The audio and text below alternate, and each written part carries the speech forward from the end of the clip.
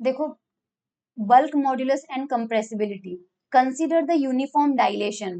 Dilation क्या होता है वो हमने प्रीवियस टॉपिक्स में पढ़ रखा है, और हम यूनिफॉर्म डायलेशन देख रहे हैं। तो मान लीजिए ई एक्स एक्स मतलब स्ट्रेन जो एक्स डायरेक्शन में है, वाई डायरेक्शन में और जेड डायरेक्शन में वो सेम है, और उसकी वैल्यू है डेल्टा बाई 3 मान लीजिए। For this deformation the energy density 43 of a cubic crystal is.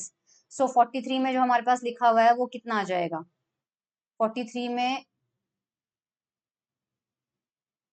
43 में चलना पड़ेगा। यस, ई इसकी जगह हमें रखना है डेल्टा बाय 3, इसकी जगह हमें रखना है डेल्टा बाय 3, और इसकी जगह हमें रखना है डेल्टा बाय 3। यहाँ पे हमें कुछ नहीं रखना है क्योंकि E X X E Y Y की हमें कोई value, E Y Z mix वाले कंटेंट हमें नहीं दे रखे हैं। लेकिन यहाँ पे फिर ई वाई वाई जो है वो डेल्टा 3, और ई जेड जेड इससे मल्टीप्लाई हो रहा है वो डेल्टा 3, ई जेड जेड फिर से डेल्टा 3, और ई एक्स एक्स फिर से डेल्टा 3, और ई एक्स एक्स फिर से यहाँ पे डेल्टा 3, और ई वाई वाई यहाँ पे डेल्टा 3। अब ये सारे आप मल्टीप्लाई कर लेना, और जो रिजल्ट आएगा वो मैं आपको बता देती हूँ। लेट मी शो यू, आपको रिजल्ट क्या मिलेगा? ये वाला मिलेगा 52। ठीक है, we may define the bulk modulus by the relation. Bulk modulus का फॉर्मूला आपको डायरेक्टली यहाँ पे याद रखना है, U is equal to 1/2 B delta square,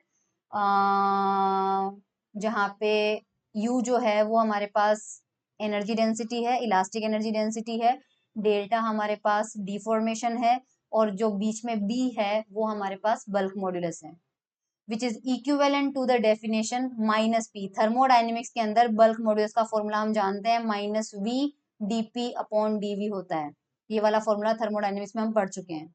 so for a cubic crystal B की वैल्यू क्या होगी? आप इक्वेशन 52 को और 53 को कंपेयर कीजिए, तो लेफ्ट हैंड साइड दोनों का सेम है, डेल्टा स्क्वायर की जगह डेल्टा स्क्वायर है, और इसको 1 बाय, इस u को 1 क्या लिख सकते हैं अपन? u is equal to 1/2 multiply by 1/3, क्योंकि 1/6 है ना यहाँ पे, तो 1/2 और 1/3 लिख दिया, and C11 plus 2C12 and del square. अब कंपैरिजन कर लो, सो डेल स्क्वायर की जगह डेल स्क्वायर आ गया, 1/2 की जगह 1/2 आ जाएगा। सो रिमेनिंग पार्ट जो है वो किसको रिप्रेजेंट करेगा?